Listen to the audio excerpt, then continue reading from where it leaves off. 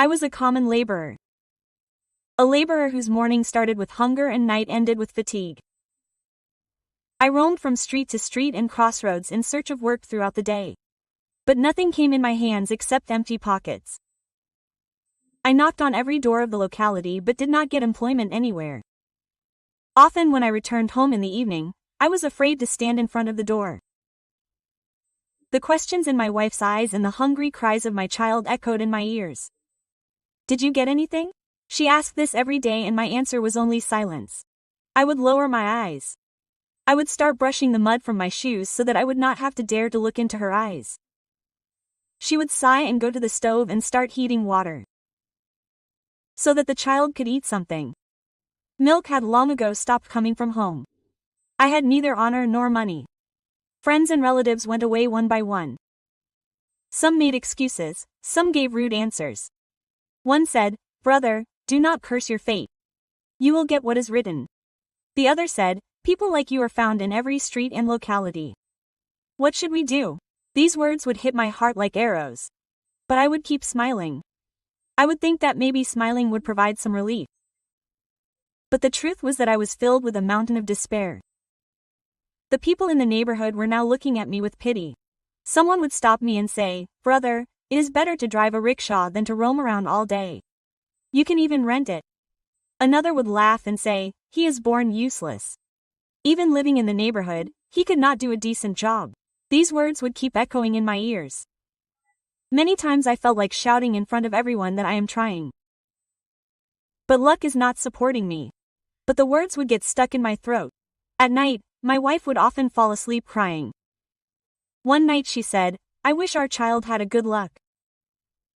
He would also go to school like other children, read books, laugh and play, but see, hunger has weakened him."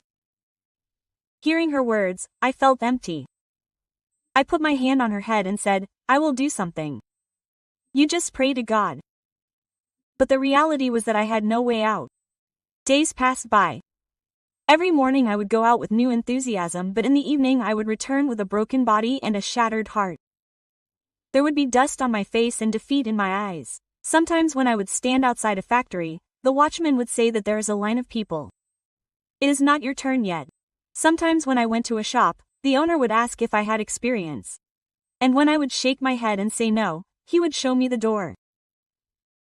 One such day when the sun was setting, I was returning home exhausted. Children were playing in the streets of the neighborhood. Their laughter was hurting me. My own child was sitting in a corner looking sick and playing with a stone. There was a yearning in his eyes as if he was craving for the happiness of others. I averted my eyes. When my wife opened the door, there was the same question in her eyes again. I bowed my head. "How long will this go on?" She said in a tired tone, "Do you think that fate will change itself?" I did not say anything. My silence said it all. She further said, "Listen, I am not blaming you. I am just saying that you should think about something. Do anything or else this child will die of hunger and we will keep watching." At night I went and sat on the roof. The stars were shining in the sky. But there was only darkness inside me. I was thinking what to do. Where should I go? Whom should I ask for help? For a moment I felt like extending my hands. But my self-respect stopped me. My mind said that it is better to die than to live by begging. But the innocent face of the child was coming in front of my eyes again and again. The next day again the same situation. Pushes everywhere, disappointment everywhere. The sun was strong. My lips had dried up due to thirst. I sat in the shade of a tree. People were coming and going. But no one was paying attention to me. Everyone was busy in their lives. Just then a man passed by me hurriedly. From his clothes it seemed that he must be a small servant. A purse was peeping out of his pocket. My eyes were fixed on him. For a moment my heart started beating fast. My hands started trembling. A voice came from inside. "What are you doing? This is theft, it is a sin." But another voice came. "If you get this purse, your child will get milk. Your wife's tears will stop. You will not get this chance again." I shook my head, closed my eyes. My heart started beating fast. Sweat started flowing from my forehead. That man was moving forward. My hand started moving automatically as if time had stopped. The next moment the purse was in my hand. I looked around. No one knew what had just happened. Only the beating of my heart was echoing in my ears. It seemed as if everyone knew.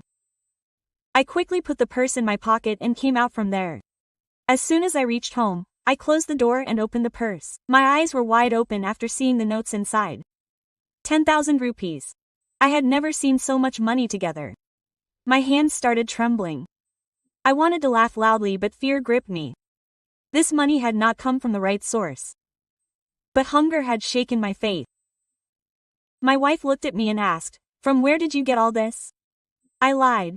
"I got wages today." The owner took pity on me and gave me extra. She was surprised but did not say anything.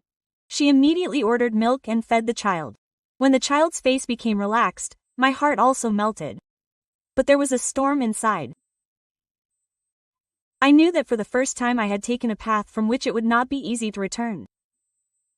That night passed turning from one side to another. Sometimes I would look at the notes and sometimes at the child's face. My mind said that this is just the beginning. If this happened once, why can't it happen again? This was the moment when darkness had decided to swallow my life and I silently bowed down to it. Those 10,000 rupees helped us for a few days. But as soon as it ended, the old hunger stood in front of us again.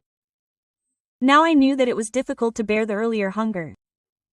Now a new path had awakened inside me and it was not possible to return from it. As soon as I stepped into crowded places, my heart would be ready instead of being afraid. Wherever I saw a crowd, my hands would automatically start moving. Initially I used to feel nervous. But gradually it ended.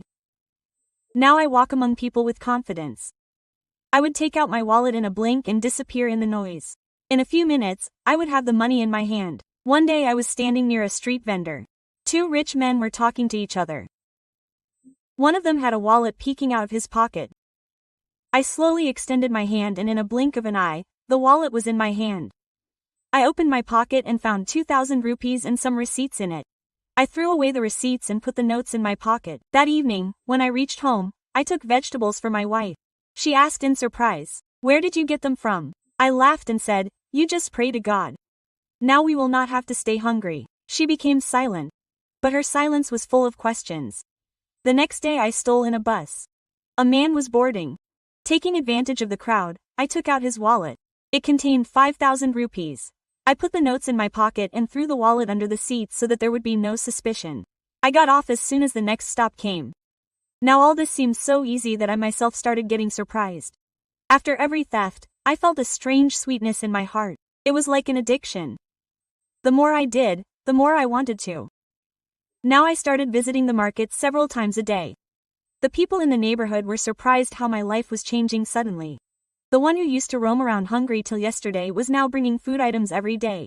He was feeding sweets to the children. One day an old man from the neighborhood came to me and said, "Son, is all this true? Where did the prosperity come from suddenly?" I said laughing, "Yes, Baba, it is God's blessing. Luck has changed." He went away but his eyes pierced my heart like an arrow. My wife also started to guess. One night after dinner, she said, "Tell me the truth, where is this money coming from?" I said laughing, "Hey, what money is completely clean these days? Everyone makes their own arrangements. Why do you worry? Just see, now there is peace in the house." She became quiet, but there was fear in her eyes instead of peace. Now others had also started to see my change. When I went to the market, I felt like an athlete. One day I took out my purse. When the man turned around and looked, I put my hand back in my pocket so cleanly that he did not even suspect anything. I felt proud of myself. Another day I took advantage of the crowd outside the temple. People were coming out with prasad. I took out a purse from a man's pocket. It had only 100 rupees, but still I felt the same strange addiction. Now I started considering myself an expert in this work. Some people of the locality started whispering about my changing condition. Someone said, "Earlier he used to struggle day and night. Now see how he is living. Has he got into a wrong business?" Hearing this, I felt scared but immediately suppressed my laughter. I thought that all this is just talk. No one can prove anything. Now I started going to big markets in greed for money. One day I went to Sadar Bazaar. There was so much crowd there that I took out 2 purses in a single day. Both together had 8,000 rupees. After coming home, I gave the money to my wife and kept some for myself. My wife said, now we should also pay off some debt. I owe a lot to the shopkeeper in the neighborhood. I said, yes, I will pay everything. Let the time come. But the truth was that I wanted to have as much money as possible. Now my world was centered on pickpocketing. This had become my daily routine. I would go out in the morning, pick someone's purse and return home in the evening with money. The people in the neighborhood were surprised. My wife was silent, but I was immersed in this intoxication. I felt that this sequence would never end. This intoxication had entered my blood. One day, after dinner, my wife suddenly caught hold of my collar. Her tears were flowing fast and her voice was trembling. She said, "This is money earned through sin. It will drown us." I shook her hand and pushed her away and said in a strict tone, "You keep quiet. This world does not give anything to anyone through hard work. This is the easy way. Everyone earns by cheating. No one looks after anyone's rights. What do you think? Big people earn everything honestly." She became silent. But her eyes started falling on my heart like a burden. I did not care about her and went out.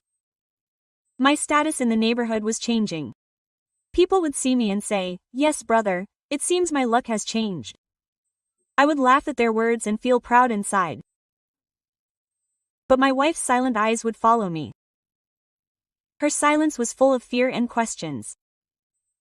I thought that if I get a small job in front of everyone, then my doubts would go away.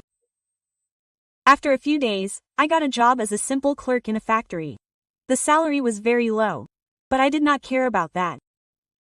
The real income was now what I got from the crowd. But this job was enough to show the world.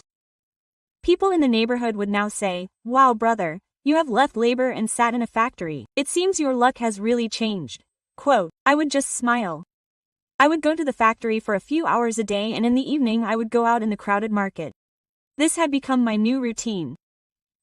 To show off the small salary of the day and to play at night to make money. One day my wife said, "If you have really got a job, then live on that.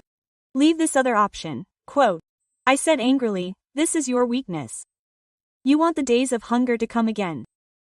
Look, if you want peace, then stop asking questions." She became quiet. But I knew that there was a fire burning in her heart. Now the shine of money had increased my pride. I bought a fan for the house.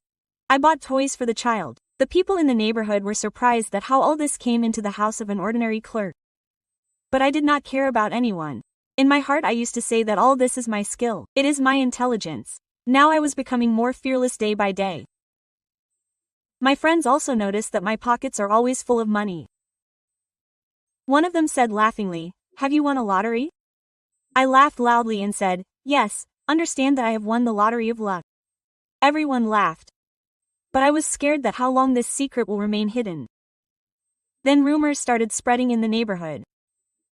A woman said to the wife, "We think your husband does something wrong. Look, the factory salary is not so much that one can get good food, clothes and so many things every day." The wife did not reply. She just remained silent. But in the evening she stared at me and said, "Now rumors have started spreading in the neighborhood too. People have started asking. All this will not remain hidden for long." I said, "Let them think whatever they want. No one can harm me. I play with my brain. No one can catch me." The wife shook her head and said, "Your pride will destroy you."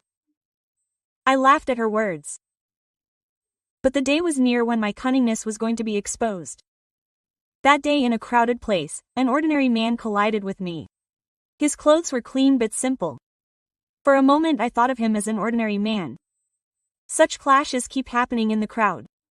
But my mind was now looking for an opportunity. As soon as his body came close to me, I started laughing. I bumped into him, my hand moved towards his pocket as usual and in a jiffy I got my wallet. The man moved ahead in a hurry and I felt as if nothing had happened. My heart was beating very fast. But I came out of the crowd with confidence. As soon as I reached home, I closed the door and opened my wallet. As soon as I saw the notes, my eyes lit up. This time the amount was more. There were 5, 10 and 000 rupee notes stuffed inside. I started counting. A huge amount came out. Seeing this, my heart jumped with joy. I thought that now many days will be spent in fun. But then lightning struck. There was also an identity card in the wallet. I picked up the card and started sweating as soon as I read it. He was not an ordinary man but a policeman of our area. His photo and address were written on the card. My hands started trembling. I felt like throwing the wallet right there. But the greed for money overpowered me. I separated the notes and kept the card on the table.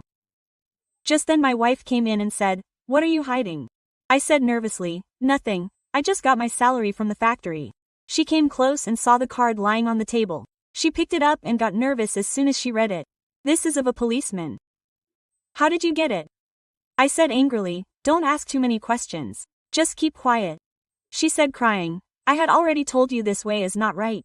Now see, you have stolen the purse of a policeman. This is not a small thing." I snatched the card from her hand and put it in the drawer and said, "Just keep quiet, nothing will happen." But the reality was that I was scared from inside. At night when I lay down on the bed, I could not sleep. That card would come in front of my eyes again and again. It felt as if her picture was staring at me. Next day when I went to the factory, my heart was even heavier. I did not feel like working. My colleagues asked, "Is everything fine? You seem very worried today?" I said smilingly, "Nothing, just the tension of home." But inside I was sweating. Every time a policeman passed through the factory gate, my heart would tremble. It felt as if he knew everything.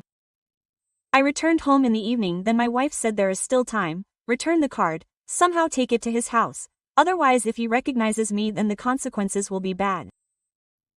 I said in irritation that you are just a coward, nothing will happen, I will throw away the purse and he will never know who stole it. My wife said but God sees everything and if that policeman turns out to be innocent then you know such people are not let go easily. I laughed at her words but those words pierced my heart like an arrow. Next morning as soon as I went to the market, everyone started looking at me with suspicion. I thought that it could be the same policeman. I started looking at everyone around carefully. Now walking in the crowd started feeling like a burden. That day I took out the notes from my pocket. Money was a great convenience for me. I bought things for the house. I bought new clothes for the child. I bought jewelry for my wife. But I was scared again and again while shopping. I thought that if the shopkeeper comes to know from where this money has come then I could not sleep at night. The card was lying in the drawer, but it seemed as if he was staring at me from there. For a moment I thought of burning the card. I should give it to you. But my heart said that if ever I need it, I let it stay there. In a few days, the news spread in the neighborhood that a police officer's purse was lost somewhere. One day people were talking among themselves at the crossroads. Someone was saying that the officer had money for medicines in his purse. His child was ill. He had collected that money with great difficulty. When I heard this, my heart started beating fast, sweat came on my forehead. A thought came to my mind that does that child's life really depend on this money? When I went home and told my wife, she grabbed my collar and shouted, "This money is for death. You have brought money for someone else's child's medicine. What if something happens to that child?" I pushed her angrily and said, "Just keep quiet. Don't curse me, this is all a coincidence." My own words were echoing in my ears. When I reached the factory the next day, my heart was trembling even before going inside. It seemed as if the watchman standing at the gate would look into my eyes and catch me. I forced a smile on my face and sat on my machine. I felt every person coming and going was looking at me with suspicion. If I heard someone's footsteps, I felt that they would put their hands on my shoulder right now. The notes in my purse were in my pocket, but now they seemed like a burden instead of a treasure. During work, a colleague asked me what happened. "You are very quiet today." I said smilingly, "I just couldn't sleep the whole night." He agreed but my nervousness increased. The sound of machines and the conversations of colleagues kept piercing my ears throughout the day. I was afraid every moment that some policeman might come inside. As soon as I left the factory in the evening, I took a deep breath thinking that the day had passed. But as soon as I reached the street, my steps stopped seeing the scene. There was a crowd at the door of the locality. People were wailing. Women were screaming. Some children were running here and there crying. My heart started pounding. Sweat ran down my forehead. I tried to go inside by pushing the people. My body became numb as soon as I saw the scene of the house. My wife was sitting on the floor and crying. The men and women of the neighborhood were gathered in the house. Anger and regret were clearly visible on everyone's faces. I asked nervously, "What happened? Why is everyone gathered?" My wife said in a tearful voice, "Our child has fallen from the roof. He has a severe head injury. The neighbors have taken him to the hospital." The ground slipped from under my feet. I stumbled and stood holding the wall. Then someone from the crowd said, "I have heard that the condition of the police officer's daughter is also critical. She is also in the hospital. Yesterday her purse was stolen, which had money for medicines. She had collected that money with great difficulty. But I don't know who made it disappear. Now that poor guy is running around in the hospital like a madman." My ears stopped hearing. My feet started trembling. Sweat started flowing from my back. It seemed as if everyone's eyes were fixed on me. My wife saw my face and, holding the arrow that fell hard, said, "Are you the one?" Her words got stuck in her throat. I lowered my eyes. She screamed and said, "Oh God, all this is the result of your greed. Our own child is struggling with death, and so is someone else's child." The people of the locality were staring at me. Someone said, "This is God's wrath." Another said, "Ill-gotten gains are never digested." These sentences were piercing my heart like arrows. I tried to convince my wife, "Stop crying. Everything will be fine. The child will be saved." But my voice was trembling. Some people of the locality agreed to go to the hospital with me. We quickly took a rickshaw and left. My wife kept crying throughout the way and kept saying, "I wish you had listened to me. I wish you had not chosen this path." I kept looking out of the window silently. Every moment was becoming heavy. When we reached the hospital, there was a crowd there. On one side my child was in the emergency. On the other side the same police officer was standing leaning against the wall. His eyes were red and helplessness was clearly visible on his face. I recognized him. The photo was the same on the card. My heart trembled. I lowered my eyes. My wife said tremblingly, "Is this the same person whose purse you brought?" I kept quiet. She screamed and said, "Why don't you say anything? Is this really true?" My silence was her answer. Just then the doctor came out and said to the officer, "We are trying our best. But the child needs an immediate operation. Medicines and money are needed." The officer bowed his head and said, "All the money was in the purse. It was kept for medicines. Don't know where it fell." Quote. My blood froze on hearing this. I looked at my wife. She screamed and said, "All this happened because of you. You killed someone else's child for your own child." My steps started to move back. I held the wall and held myself. The notes in my pocket were looking like burning coal.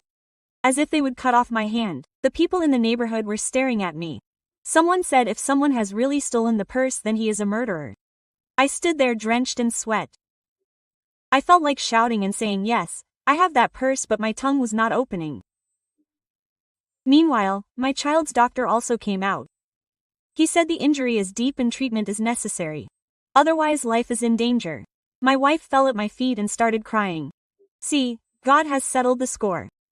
Now the decision is in your hands. Child or greed." It was as if the sky fell on my head.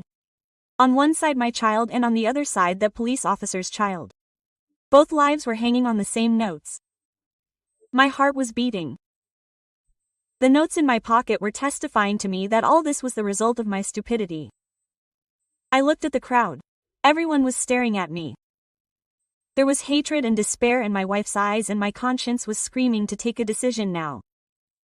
The people of the locality were standing outside the hospital and talking loudly.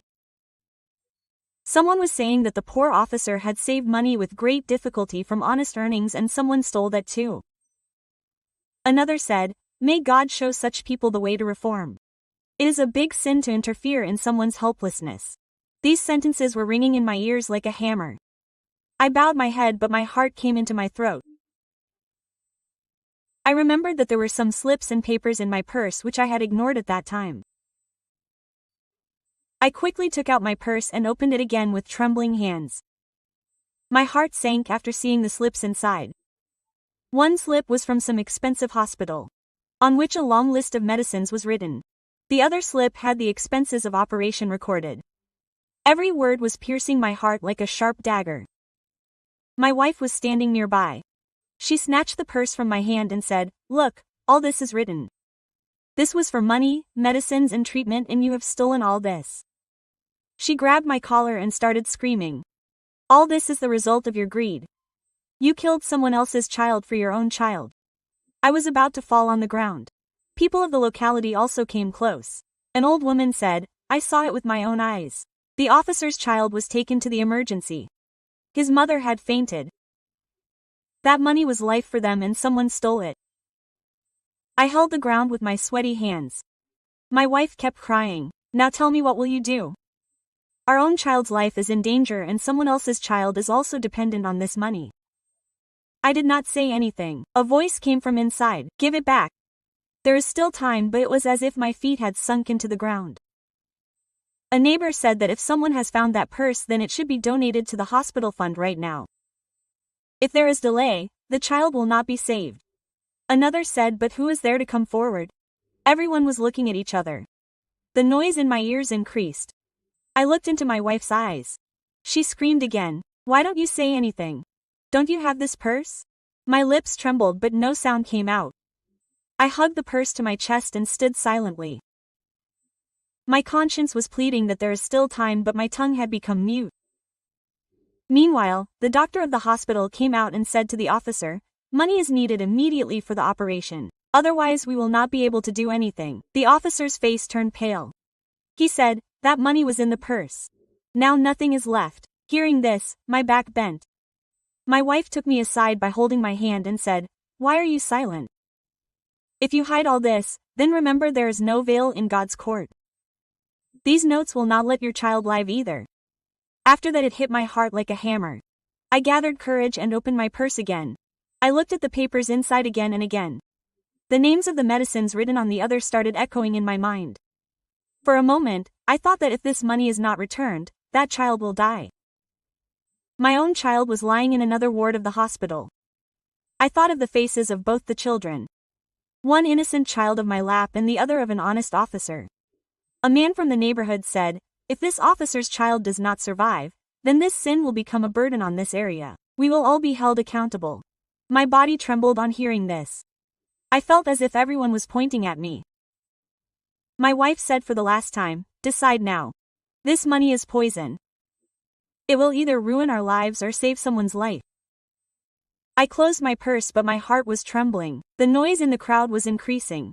The doctor was coming out again and saying that there is less time, the child will not survive without an operation. The police officer was shedding tears. I sat down holding his head. I saw that scene and a storm arose in my heart. I moved back and sat in the corner of the corridor. My purse was trembling in my hands. Those two children were repeatedly coming in front of my eyes. My heart wanted to scream and confess in front of everyone. But the fear was stuck like a noose around my neck. After some time, my child's doctor also came out and said that your child is also in a critical condition. Medicines have to be brought immediately, otherwise we will not be able to do anything. On hearing this, my wife held my collar and said, you will still not understand. Both the children are standing on the brink of death and you are roaming around hiding these notes in your pocket. I closed my eyes. The noise inside kept increasing. My conscience was telling me that these notes were not in my pocket but were on my hands like blood. I picked up my purse with sweaty hands and thought in my heart that perhaps this moment is the biggest test of my life. My tears became uncontrollable. The purse slipped from my hand and fell on the floor. Papers and notes scattered all around. I wanted the earth to crack and bury me in it. My wife held my hand while crying and screamed, there is still time. Go and return it. Otherwise this curse will drown you and our child. I collected the notes in my purse and started running in the corridor of the hospital with staggering steps. The heartbeat was so fast that it became difficult to breathe. While searching for the room, I stopped in front of a board. The same police officer was standing inside. A mixed color of fatigue, fear and hope was visible on his face. Dark circles around the eyes and lines of being awake were clearly visible. The doctor was saying something to him. We need money immediately. If the operation is delayed, the child will not survive. The officer bowed his head. His hands were empty. My legs were trembling. When I entered inside, everyone's eyes were fixed on me. Drenched in sweat, I said in a trembling voice, this is that purse. I have made a big mistake. Please forgive me. Silence fell in the room. The officer looked at me in shock. His eyes fell like lightning. For a moment it seemed that he would grab me by the collar and hand me over to the police. But as soon as he picked up the purse and saw the papers and notes inside, his eyes became moist. He bowed his head and sighed and said, "If my child survives, you will get forgiveness from my side. But remember, stealing money from the lives of others is not just a crime but is equivalent to snatching someone's life." I stood silently, as if my tongue had left me. The doctor immediately took money from the purse and ran out to buy things for the operation. Only the two of us were left in the room. The officer looked at me and said, I made honesty my support. I worked day and night, never took bribes. Never encroached upon anyone's rights. But people like you broke my faith. I felt that there was no goodness left in the world. His voice became heavy. I said, wiping my tears. I was helpless. Hunger had blinded my eyes. But I had never thought that someone's life would be in danger at my hands. The officer said with a bitter smile, helplessness is not an excuse for crime. Every person finds a cure for his hunger. But if the cure lies in taking away the life of others, then it is not hunger but greed.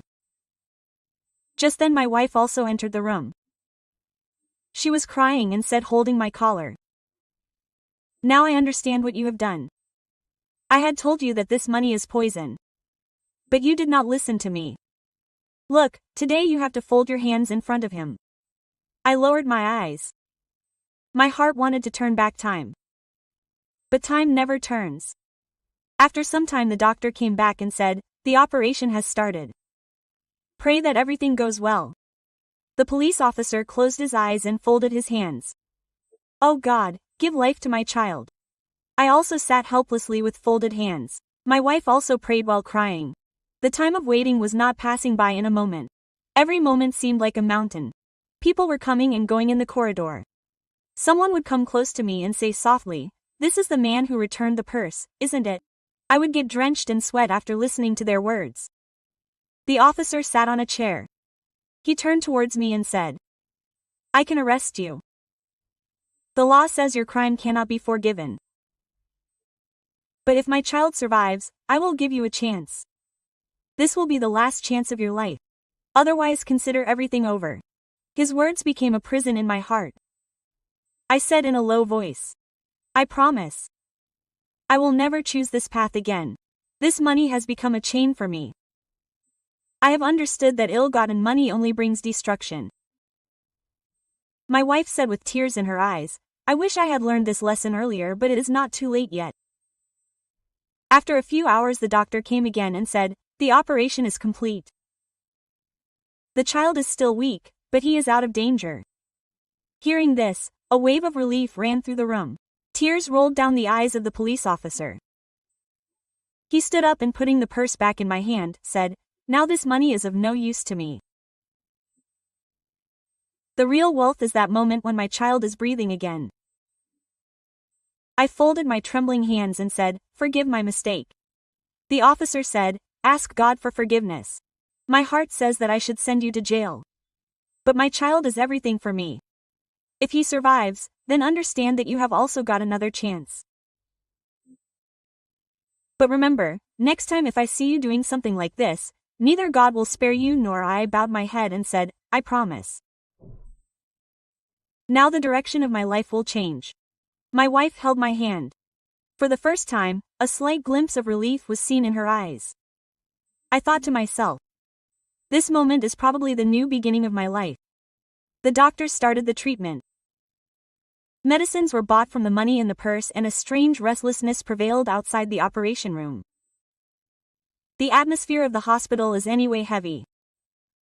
But that night it seemed as if even the walls were standing holding their breath. I was sitting on a bench outside. My wife kept crying in a corner. Some people from the neighborhood also came and sat with us. Some consoled me, some just kept sitting quietly with their heads bowed. I kept wiping tears from my eyes and repeatedly prayed in my heart that God should save that child. Save me. The sound of every footstep in the corridor would startle me. Whenever a nurse or doctor passed by, my heart would sink. Sometimes I would feel that they would come and say that everything is over. I had a very difficult night. My wife said many times, All this is a punishment for your actions. Now only God should have mercy. Quote, I remained silent. It was as if my tongue had stopped working. The next morning the doctor came out. We all stood up. He smiled and said, now there is no need to panic. The child is out of danger. On hearing this, everyone's eyes were filled with relief. The police officer immediately thanked God with folded hands. The shine returned to his eyes. For the first time I saw hope on his face. He came close to me and held my hand tightly. His grip was such as if someone had held my conscience. He said, I will not put you in the case. But remember, whether God spares you or not depends on your deeds. If you do this again, I will not spare you. His words were forever imprinted on my heart. I bowed my head and promised. I will never steal again. This is my vow. My wife held my hand wiping my tears, but the burden inside was not going away. Some people from the neighborhood were also present there. One came close to me and said, it is good that you returned the purse on time. Otherwise who knows what would have happened. Quote. The other said in a low voice, but you should know that now everyone in the neighborhood knows the truth. People will not forgive you easily. I lowered my eyes. I knew that this stain will not go away easily. Policemen were seen coming and going in the corridor of the hospital many times. For a moment my heart trembled again, thinking that maybe the officer has changed his decision. But he looked at me and said, there is no need to be afraid. I have told you that if my child survives, I will not implicate you. But this is the last chance. My wife touched his feet and said, may God keep you safe. You have shown a big heart. The officer just shook his head and went to his child's room. When the people of the neighborhood started going back, they kept whispering to me all the way.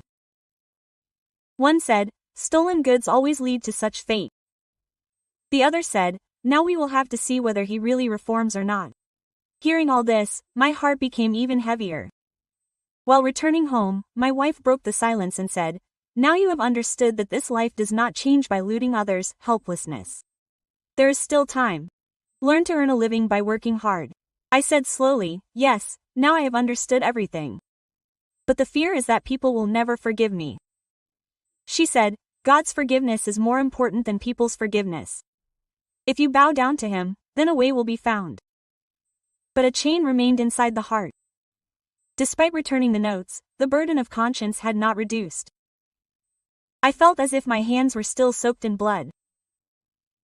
The next day when I went to the hospital again, the police officer saw me outside the room. He came to me and said, you can go. There is no need to stay here. Go to your home and start a new life. But remember, if you go on this path again, you may not get a chance. I lowered my eyes and said, whatever you said is law for me. I promise that now I will only work hard. The officer patted my back and said, this is better for you. When I came out of the hospital, I felt as if the burden of years was on my shoulders. Every step was heavy.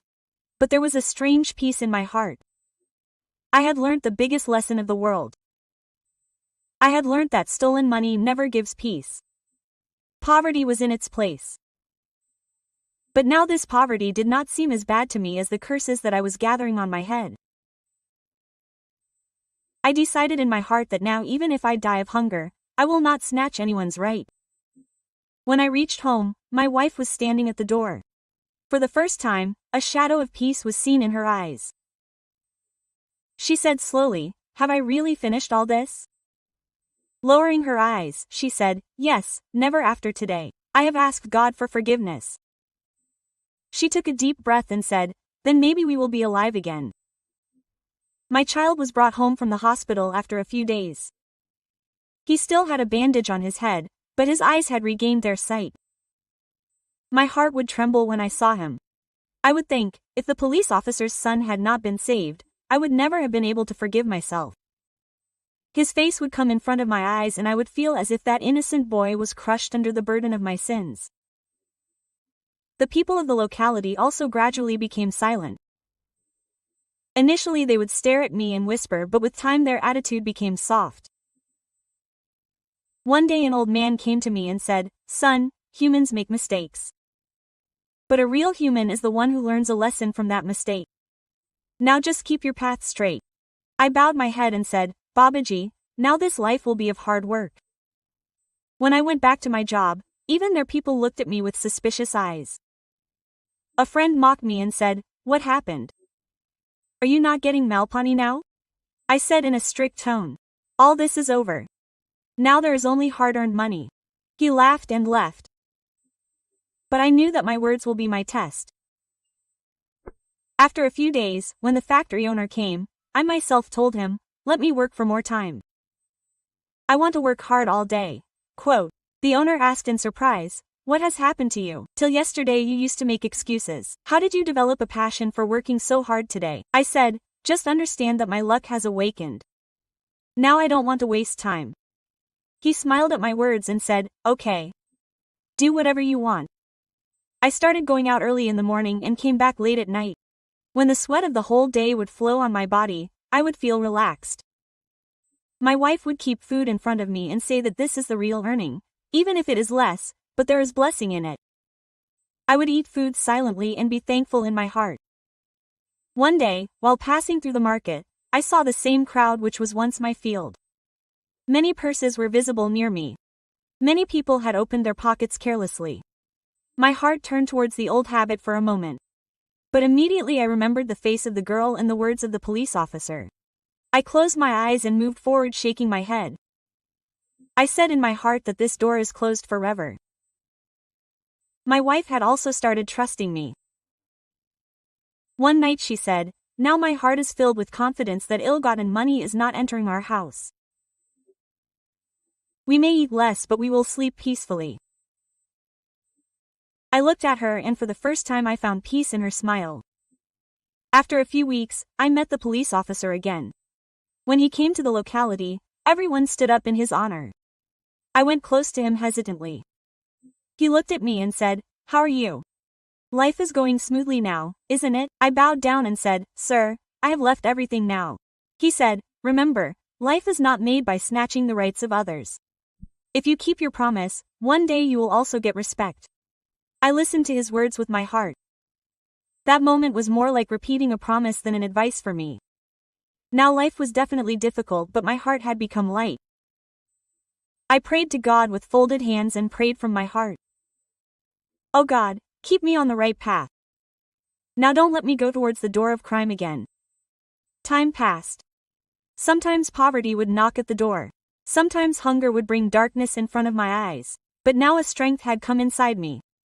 I had kicked out the habit of stealing from my heart. This peace was more than any wealth. One day my child came to me while playing and said, Papa, I will become a policeman when I grow up. I was shocked, then he smiled and said, yes son, become one. But remember honesty is the real strength. Her innocent smile was like a balm on my heart. I looked at my wife. She was listening to everything quietly. There was light in her eyes. The light that had returned to our house after years. I said in my heart, this is the real victory. This peace is the biggest wealth. So friends, tell us in the comments from which city are you listening to our story. If you liked our story, then do tell us by commenting. Like the video and share it as much as possible. If you are new to the channel, then do subscribe and press the notification bell so that you get the next update first.